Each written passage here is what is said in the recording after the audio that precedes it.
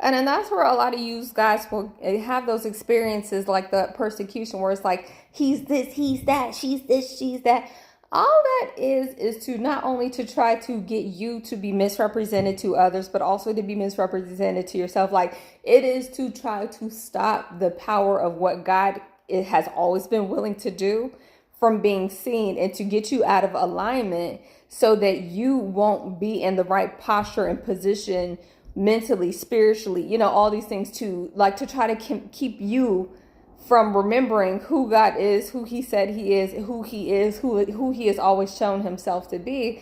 Because sometimes like, I guess maybe because it's early on, sometimes there's this weird thing that the mind does where it begins to go back to that old way of thinking when we were independent from God and did not rely on him for everything, or did not recognize his hand in everything. So sometimes it can be like really, really easy to just kind of like float back over to like thinking that we're doing things in our own power when we're not. We're like, it never have been.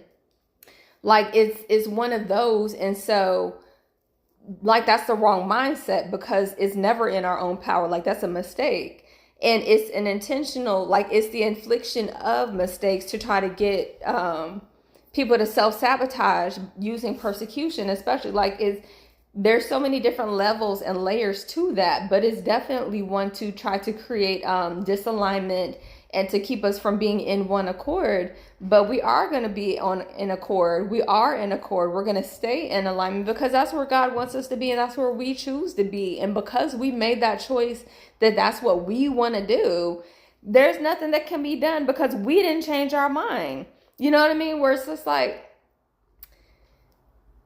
we didn't change our mind. But the persecution definitely is one where it is supposed to get you, like, whatever that accusation is that is coming up against you, it is supposed to affect you on a subconscious level to get you to begin to stop showing up in all different areas of your life, to try to get you to begin to like to shrink back and to just kind of be like Homer in the bushes and just be fading into the background without really realizing it. Because one of the things that I noticed that the persecution will do is that it will cause you to just like stop doing things that you were doing, even if it's something where it's just like it's a project that you're working on, or something you're doing to improve yourself, or,